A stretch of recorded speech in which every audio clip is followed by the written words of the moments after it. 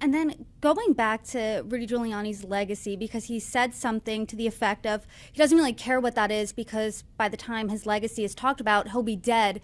Looking at this pardon, looking at his alliance and allegiances with President Trump, looking back at 9/11 and everything, do you think that the past few years really irreparably damaged Rudy Giuliani's legacy? Or do you think he did that on his own before?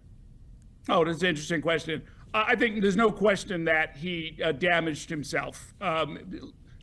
Prior to 9/11, by the way, 9/10 Rudy is what we refer to him here as in New York. He was kind of sinking down in popularity. He wasn't doing so well.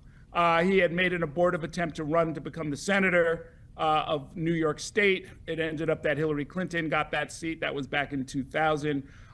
He left after 9/11 in 2002.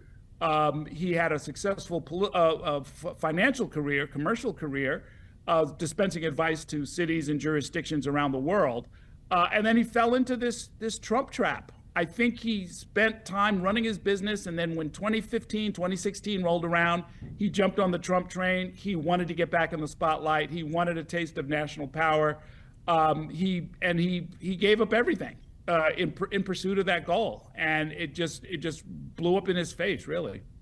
My last question to you is in regards to that Georgia election interference case. There's a new prosecutor on the RICO case.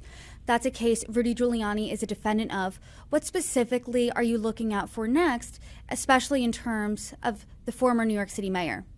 Well, we'll see what they have an appetite for. I don't know what the legal standards are in Georgia, what the mood of, say, a grand jury might be, what trial jurors might think when the evidence is presented to them. I certainly haven't reviewed the evidence.